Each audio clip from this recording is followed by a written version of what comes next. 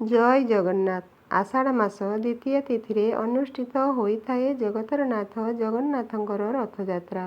ଏହି ଦିନ ତିନି ଠାକୁର ରଥରେ ବସି ଶ୍ରୀମନ୍ଦିରଠାରୁ ଗୁଣ୍ଡିଚା ମନ୍ଦିରକୁ ଯାଆନ୍ତି।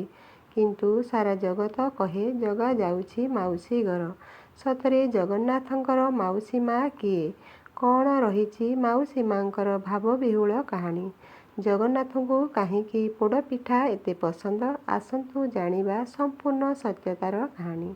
ବନ୍ଧୁଗଣ, ଲୀଳାମୟ ହରିଙ୍କର ଭିନ୍ନ ଯୁଗରେ ଭିନ୍ନ ଭିନ୍ନ ଲୀଳା। କିନ୍ତୁ ସମସ୍ତ ରୂପରେ ସେ ମାତୃଲୀଳାକୁ ଅତ୍ୟଧିକ ଗୁରୁତ୍ୱ ଦେଇଥାନ୍ତି। ସଂସାରକୁ ଇଶାରାରେ ନଚାଉଥିବା ଜଗନ୍ନାଥ ମାଙ୍କ ଆଗରେ ତରଳି ଯାଆନ୍ତି।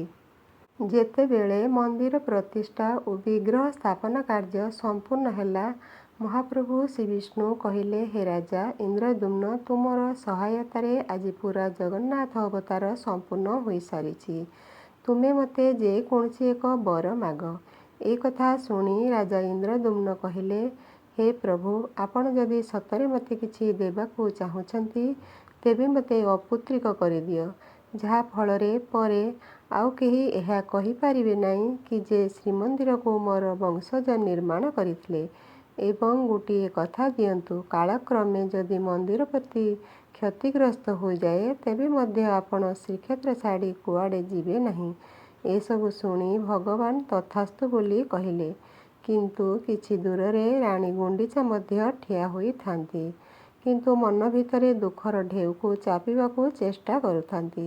କାରଣ କୌଣସି ବି ସ୍ତ୍ରୀ ଅପୁତ୍ରିକ ହେବାକୁ ଚାହିଁବନି। ମହାପ୍ରଭୁ ତ ଅନ୍ତର୍ଯ୍ୟାମୀ, ସେ ରାଣୀଙ୍କର ଦୁଃଖ କେମିତି ଜାଣିପାରିବେ ନାହିଁ? ସେହି ସମୟରେ ଜଗନ୍ନାଥ ଗୁଣ୍ଡିଚା ମାଙ୍କ ପାଖକୁ ଆସିଲେ ଆଉ କହିଲେ, ମା, ତୁ ମନ ଦୁଃଖ କର ନାହିଁ। ମୁଁ ପରା ତୋର ପୁଅ। ଆଉ ଏ କଥା ମୁଁ ତୋର ମନ ରଖିବାକୁ କହୁନାହିଁ। ପ୍ରତ୍ୟେକ ବର୍ଷ ଆଷାଢ଼ ମାସର ଦ୍ୱିତୀୟା ତିଥିରେ ମୋର ଭବ୍ୟ ରଥଯାତ୍ରା ଅନୁଷ୍ଠିତ ହେବ। ଆଉ ସେହି ରଥରେ ବସି ମୁଁ ତୋର କୂଳକୁ ଧାଇଁଯିବି। ଆଉ ଏହି ରଥଯାତ୍ରାକୁ ଦେବତା, ଦାନବ, ଗନ୍ଧର୍ବ, ମନୁଷ୍ୟ ଓ ସମସ୍ତ 56 କୋଟି ଜୀବ ଦେଖିବା ପାଇଁ ବ୍ୟାକୁଳ ହେବେ। ଆଉ ସମସ୍ତେ ଜାଣିବେ ଯେ ଜଗନ୍ନାଥ ତୋରି ପୁଅ। ଏହାପରେ ମା ଗୁଣ୍ଡିଚାଙ୍କ ମୁହଁରେ ହସ ଖେଳିଗଲା। ଏହି କଥାକୁ ଆମେ ଜାଣିଲୁ ଯେ ମା ଗୁଣ୍ଡିଚା ହେଉଛନ୍ତି ଜଗନ୍ନାଥଙ୍କର ମା। କିନ୍ତୁ ତାଙ୍କର ମାଉସୀ ମା କିଏ? ହଁ ଆଜ୍ଞା, ଜଗନ୍ନାଥଙ୍କର ମାଉସୀ ମା ହେଉଛନ୍ତି ଅର୍ଦ୍ଧଶୁଷିଣୀ ଦେବୀ। ତାଙ୍କୁ ସମସ୍ତେ ଅର୍ଦ୍ଧାଙ୍ଗିନୀ ଦେବୀ ବୋଲି ମଧ୍ୟ କହିଥାନ୍ତି। ସେ ଥରେ ସମୁଦ୍ରର ଅଧା ଜଳକୁ ଶୋଷି ଦେଇଥିଲେ। ଶ୍ରୀମନ୍ଦିରକୁ ରକ୍ଷା କରିବା ପାଇଁ କୁହନ୍ତି, ମାଉସୀ ମା ଥିବା ଯାଏ ଜଗନ୍ନାଥଙ୍କୁ କୌଣସି ବିପଦ ଆସିପାରିବ ନାହିଁ।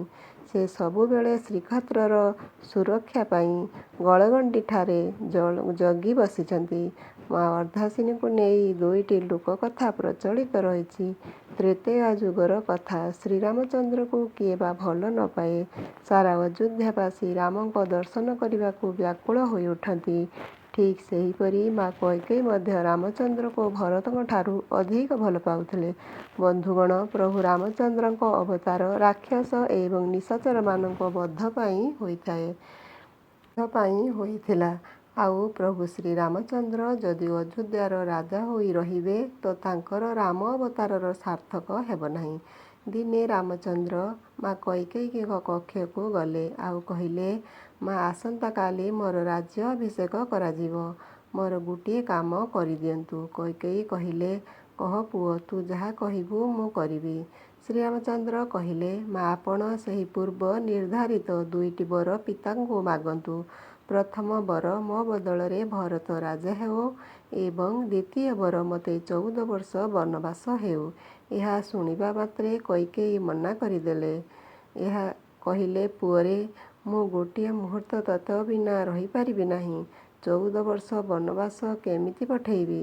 ଯଦିଓ ମୁଁ ଏହି କାମ କରେ, ସାରା ଅଯୋଧ୍ୟାବାସୀ ମୋତେ ଧିକ୍କାର କରିବେ, ମୋତେ ପାପିନୀ କହିବ। ଭରତ ମୋତେ ମା ବୋଲି ଡାକିବ ନାହିଁ। କେହି ବି ମୋ ମୁହଁ ଚାହିଁବେ ନାହିଁ। ମୋତେ କେତେ ନିନ୍ଦା ଅପବାଦ ମିଳିବ। ଏହା ଶୁଣି ଶ୍ରୀରାମ ମୁଣ୍ଡ ତଳକୁ କରିଦେଲେ। ଆଉ କହିଲେ, ମା, ପୁଅ ପାଇଁ କ'ଣ ଏତିକି କରିପାରିବ ନାହିଁ? ତାପରେ କୈକେୟୀଙ୍କ ଆଖିରୁ ଅଶ୍ରୁ ଧାର ଧାର ହୋଇ ବହିଗଲା। ମା କୈକେୟୀ କହିଲେ, ପୁଅରେ, ତୋ ପାଇଁ ମୁଁ ସବୁ ନିନ୍ଦା ଅପବାଦ ସହିଯିବି। କିନ୍ତୁ ତୁ ମନ ଦୁଃଖ କର ନାହିଁ। ମୁଁ ତୋ ଶ୍ରୀମୁଖକୁ ସବୁବେଳେ ପ୍ରସନ୍ନ ଦେଖିବାକୁ ଚାହେଁ। ତାପରେ ଯାହା ଘଟିଲା ପ୍ରାୟତଃ ସମସ୍ତେ ଜାଣନ୍ତି। ଠିକ୍ 14 ବର୍ଷ ପରେ ଯେତେବେଳେ ଶ୍ରୀରାମ ଅଯୋଧ୍ୟାକୁ ପ୍ରତ୍ୟାବର୍ତ୍ତନ କଲେ, ସମସ୍ତେ ରାମଙ୍କୁ ସ୍ୱାଗତ କରିବା ନିମନ୍ତେ ଦ୍ୱାରମୁଖରେ ଠିଆ ହୋଇଥାନ୍ତି। କିନ୍ତୁ ମା କୈକେୟୀ କେଉଁ ମୁହଁରେ ବାହାରକୁ ଯିବେ? ସମସ୍ତେ ଭାବୁଥିଲେ ଶ୍ରୀରାମ ପ୍ରଥମେ କୌଶଲ୍ୟାଙ୍କ କକ୍ଷକୁ ଯିବେ। କିନ୍ତୁ ଶ୍ରୀରାମ ପ୍ରଥମେ ମା କୈକେୟୀଙ୍କ ପାଖକୁ ଗଲେ। କୈକେୟୀ ପଚାରିଲେ, ରାମ ସବୁ କାମ ହୋଇଗଲା ତ? ରାମ ମଧ୍ୟ କାନ୍ଦି କାନ୍ଦି କହିଲେ, ହଁ ମା, ହୋଇଗଲା। ତୁମେ କେମିତି ଅଛ? କେମିତି ଆଉ ଥିବି? ତୁମେ ଗଲା ପରେ କେହି ବି ମୋ ମୁହଁ ଚାହୁଁନାହାନ୍ତି। ସମସ୍ତଙ୍କ କଥା ଛାଡ଼, ଭରତ ମୋତେ ମା ବୋଲି ଡାକୁନାହିଁ। ଶ୍ରୀରାମ କହିଲେ, ମା, ଆଜି ସିନା ଭରତ ତୋତେ ମା ବୋଲି ଡାକୁନାହିଁ, ମୁଁ ତୋତେ କଥା ଦେଉଛି, କଳିଯୁଗରେ ସାରା ଜଗତ ତୋତେ ମା ବୋଲି ଡାକିବ। ଆଉ ଦ୍ୱାପର ଯୁଗରେ ମୁଁ ତୋର ବାତ୍ସଲ୍ୟ ମମତା ସୁଖ ଉପଭୋଗ କରିବି। ଦ୍ୱାପର ଯୁଗର କଥା ଶ୍ରୀକୃଷ୍ଣ ଅବତାରର ମାତୃପ୍ରେମ କହିଲେ ନ ସରେ। ଯାହାଙ୍କ ଇସାରାରେ ସୂର୍ଯ୍ୟ ଚନ୍ଦ୍ର ଆତଯାତ କରନ୍ତି, ସେ ଯଶୋଦାଙ୍କ ପଣତରେ ବନ୍ଧା। ଯେଉଁ ପାଦଧୂଳି ପାଇଁ ବ୍ରହ୍ମା ମହେଶ୍ୱର ତପସ୍ୟା କରନ୍ତି, ସେ ପାଦଧୂଳିକୁ ମା ଯଶୋଦା ଅଳିଆ ଭାବି ଫିଙ୍ଗି ଦେଉଛନ୍ତି। ବ୍ରହ୍ମାଣ୍ଡ ଯାହାକୁ ଯିଏ ନିଜ ପାଟିରେ ପୂରେଇଛନ୍ତି, ମା ଯଶୋଦା ତାଙ୍କୁ ଯାମଳା ଅର୍ଜୁନ ଗହ୍ୱରରେ ବାନ୍ଧି ଦେଉଛନ୍ତି। ସେଇଥିପାଇଁ କହନ୍ତି, ବୈକୁଣ୍ଠରେ ମଧ୍ୟ ମହାପ୍ରଭୁ ଯଶୋଦାଙ୍କ କୂଳକୁ ଝୁରି ହୁଅନ୍ତି। ଥରେ ଦ୍ୱାରିକା ଲୀଳା ସମୟରେ ପ୍ରଭୁ ଶ୍ରୀକୃଷ୍ଣ ଦେବକୀଙ୍କ ଆଗମନ ସତ୍ତ୍ୱେ ପ୍ରଭାସ ଯଜ୍ଞର ଆୟୋଜନ କରିଥିଲେ। ସେହି ସମୟରେ ଦେବକୀ ମନରେ ଗର୍ବ ଓ ଅହଙ୍କାର ଭାବ ସୃଷ୍ଟି ହେଲା।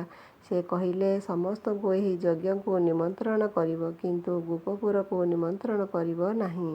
ଦେବକୀଙ୍କ ଆଦେଶକ୍ରମେ ସମସ୍ତଙ୍କୁ ନିମନ୍ତ୍ରଣ ଦିଆଗଲା, କିନ୍ତୁ ଗୋପପୁରକୁ ନିମନ୍ତ୍ରଣ କରାଗଲା ନାହିଁ। ଏହା ଦେଖି ନାରଦ ପହଞ୍ଚିଲେ ଗୋପପୁରରେ।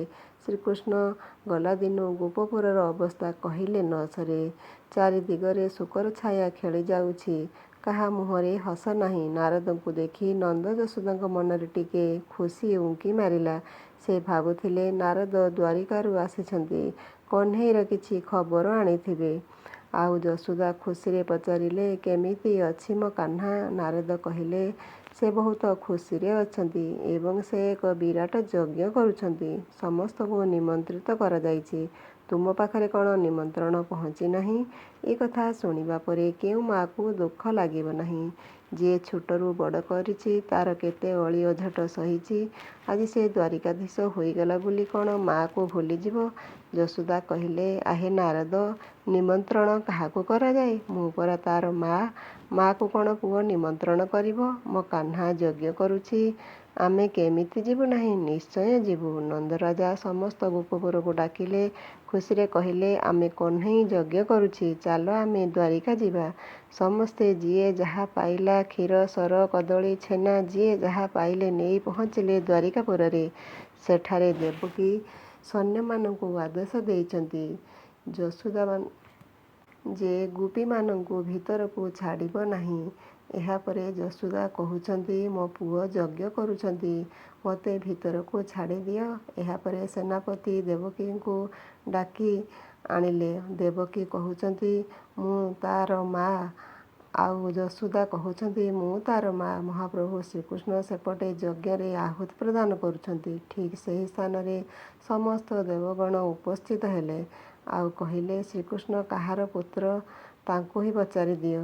ଏହାପରେ ଦେବକୀ କହିଲେ, ଯାହା ପାଟି ଶୁଣି ଶ୍ରୀକୃଷ୍ଣ ବାହାରକୁ ଆସିବ, ପ୍ରକୃତରେ ସେହି କୃଷ୍ଣଙ୍କର ମା'। ସତରେ ମା'ର ଡାକଠାରୁ ବଡ଼ ଏ ସଂସାରରେ କିଛି ବି ନାହିଁ। ପ୍ରଥମେ ଦେବକୀ ଡାକିଲେ, କୃଷ୍ଣ ଦ୍ୱାରିକାଧୀଶ, ହେ ବାସୁଦେବ, ଏମିତି ସମସ୍ତ ନାଁରେ ଡାକିଲେ। ଦେବକୀଙ୍କ ଡାକ ଡାକି ହାଲିଆ ହୋଇଗଲେ, କିନ୍ତୁ କୃଷ୍ଣଙ୍କ କାନରେ ବାଜୁନାହିଁ। ସେ ଯଜ୍ଞରେ ଆହୁତି ପ୍ରଦାନ କରୁଛନ୍ତି। ଏବେ ଦେବଗଣ କହିଲେ, ଯଶୋଦା, ଏବେ ଆପଣ ଡାକନ୍ତୁ। ମା ଯଶୋଦା ଡାକିଲେ, କହ୍ନେଇ, କହ୍ନେଇ। କହ୍ନେଇ ଡାକ ଶୁଣିବା ମାତ୍ରେ ଯଜ୍ଞକୁଣ୍ଡକୁ ଛାଡ଼ି ସିଧା ଦୌଡ଼ିଲେ ଯଶୋଦାଙ୍କ ପାଖକୁ ଏବଂ ଅଶ୍ରୁଭରା ନେତ୍ରରେ ଯଶୋଦାଙ୍କ ପାଦତଳେ ପଡ଼ିଗଲେ। ଯଶୋଦା କହିଲେ, ପୁଅରେ ଜନ୍ମ ଦେଇନି ବୋଲି ମୁଁ କ'ଣ ତୋର ମା' ନୁହଁ? ଆଜି ମୋତେ ତୋ ମା' ହେବାର ପରୀକ୍ଷା ଦେବାକୁ ପଡ଼ିଲା। ସେହି ସମୟରେ ଶ୍ରୀକୃଷ୍ଣ କହିଲେ, ମା, ଆଜି ତୋତେ ମୋ ପାଖକୁ ଆସିବାକୁ ପଡ଼ିଲା ବୋଲି ସଂସାର ପ୍ରଶ୍ନ କରୁଛି। କଳିଯୁଗରେ ମୁଁ ନିଜେ ରତ୍ନସିଂହାସନ ଛାଡ଼ି 60 ପଉଟି ଛାଡ଼ି ତୋ ପାଖକୁ ଲେଉଟିଯିବି ଏବଂ ଆନନ୍ଦରେ ତୋର ସୁଆଦିଆ ପୋଡ଼ପିଠା ଖାଇବି। ସେହି ସମୟରେ କେହି ପ୍ରଶ୍ନ କରିପାରିବେ ନାହିଁ, ଆଉ ଏ ସଂସାର କହିବ, ମୁଁ ତୋ ପୁଅ। ବନ୍ଧୁଗଣ, ଏ ଥିଲା ଲୀଳାମୟ ଶ୍ରୀ ଜଗନ୍ନାଥଙ୍କର ମା ଓ ମାଉସୀ ମାଙ୍କର ସୁନ୍ଦର ଆଖ୍ୟା। ଭୁଲ ଥିଲେ କ୍ଷମା କରିବେ। ଭିଡ଼ିଓ ଭଲ ଲାଗିଥିଲେ ଚ୍ୟାନେଲକୁ ଲାଇକ୍, ସେୟାର, ସବସ୍କ୍ରାଇବ୍ କରିବାକୁ ଭୁଲିବେ ନାହିଁ। କମେଣ୍ଟରେ ଜୟ ଜଗନ୍ନାଥ ବୋଲି ଅବଶ୍ୟ ଲେଖିଦେବେ।